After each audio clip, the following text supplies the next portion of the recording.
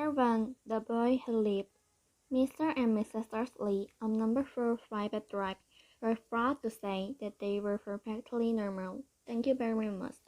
They were the last people you'd expect to be involved in anything strange or mysterious, because they just didn't hurt with such nonsense. Mr. Dudley was the director, performed court runnings, which made drills. He was a big beefy man with hardly any neck, although he did have a very large mustache. Mrs. Dursley was thin and blonde, and had nearly twice the usual amount of neck, which came in very useful, as she spent so much of her time craning over garden fence, spying on the neighbors. The Dursleys had a small son called Dudley, and in their opinion there was no finer boy anywhere. The Dursleys had everything they wanted, but they also had a secret, and their greatest fear was that somebody would discover it. They didn't think they could bear if anyone found out about the Potters. Mrs. Potter was Mrs. Dursley's sister, but they hadn't met for several years.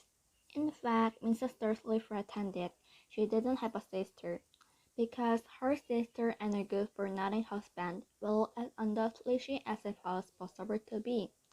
The Dursleys shuddered to think what the neighbors would say if the Potters arrived in the street. The Dursleys knew that the Potters had a small son too, but they had never even seen him. This boy was another good reason for keeping the Potters away. They didn't want Dudley messing with a child like that. When Mr. and Mrs. Dursley woke up on the dull grey Tuesday, our story starts. There was nothing about the cloudy sky outside to suggest that strange and mysterious things would soon be happening all over the country. Mr. Dudley hummed as he picked out his most boring tie for work, and Mrs. Dudley gossiped away happily as she rustled or screamed Dudley into his high chair. None of them noticed a lot. Tiny old Potter passed the window. At 8:30, Mr. Dudley picked up his briefcase, picked Mrs. Dudley on the cheek, and tried to kiss Dudley goodbye but missed, because Dudley was now having an tantrum and throwing his cereal at the walls. "Little tyke," chortled Mr. Dudley as he left the house. He got into his car and backed out of number 4 Drive. It was in the corner of the street that he noticed the first sign of something peculiar: a cat reading a map. For a second, Mr. Dudley didn't realize what he had seen. Then he jerked his head around to look again. There was a tabby cat standing on the corner of Private Drive, but there was a map in sight. What could he have been thinking of? It must have been a trick of the light. Mr. Dudley blinked and stared at the cat. It stared back as Mr. Dudley drove around the corner and up the road. He watched the cat in his mirror. It was not reading the sign that said Private Drive, nor looking at the sign. Cat couldn't read maps or signs. Mr. Dudley gave himself a little shake and put the cat out of his mind. As he drove toward the town, he thought of nothing except a large order of drills he was hoping to get that day.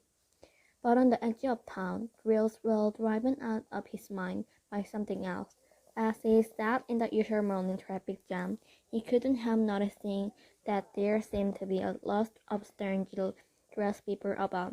People in clothes Mr. Dudley couldn't bear, people who dressed in funny clothes. The get-ups you saw on young people. He supposed this was some stupid new fashion. He drummed his finger on the string wheel, and his eye fell on huddled up that weirdo standing quite close by. They were whispering excitedly together. Mr. Dudley was enraged to see that a couple of them weren't young at all. Why, the man had to be older than he was, and wearing an emerald green cloak. The never of him, but then it struck Mr. Dudley that this was probably some silly stunt, that people were obviously collecting for something. Yes, that wouldn't be it.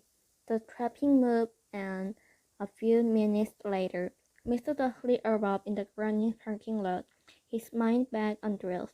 Mr. Dursley always sat, with his back to the window, in the abyss on the nice plover.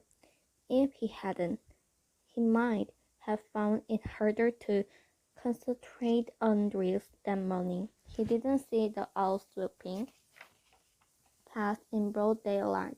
The couple down in the street did. They pointed and grazed open-mouthed as owl after owl sped overhead.